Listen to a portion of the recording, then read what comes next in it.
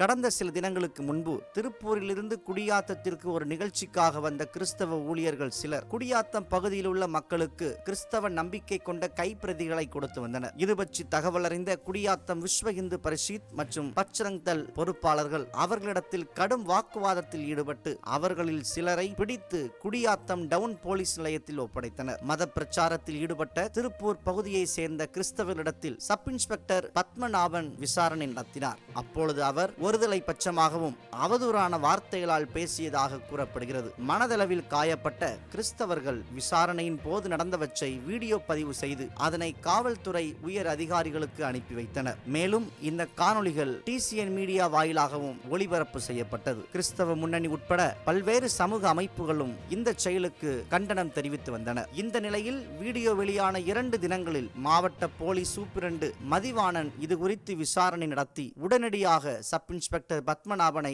பணியிடம் நீக்கம் செய்து உத்தரவிட்டார். இந்த செயல் தமிழகத்தில் அரசியலமைப்பு சட்ட உரிமைக்கு எப்பொழுதும் முழு சுதந்திரம் உண்டு என்பதை மெய்ப்பித்துள்ளது. இந்தியாவில் உள்ள ஒவ்வொரு குடிமக்களும் தாங்கள் விரும்பிய எந்த மதத்தையும் எந்த நேரத்திலும் பின்பற்றவும் தனது மத நம்பிக்கையை எவ்விடத்திலும் பகிரவும் பிரச்சாரம் செய்யவும் இந்திய அரசியலமைப்பு சட்டம் மிக தெளிவாக எடுத்துரைக்கிறது. இந்த உரிமைக்கு எதிராக ஒருவரும் செயல்படக்கூடாது என்பதில் தமிழ்நாடு காவல்துறை முனைப்பு காட்டி வருவதை பொதுமக்கள் பாராட்டி வருகின்றனர். இந்த காணொளியை உங்கள் நண்பர்களுக்கும் பகிர்ந்து கொள்ளுங்கள். இந்த காணொளி குறித்த உங்கள் கருத்துக்களையும் கருத்துரை பக்கத்தில் பதிவு செய்யுங்கள். நன்றி.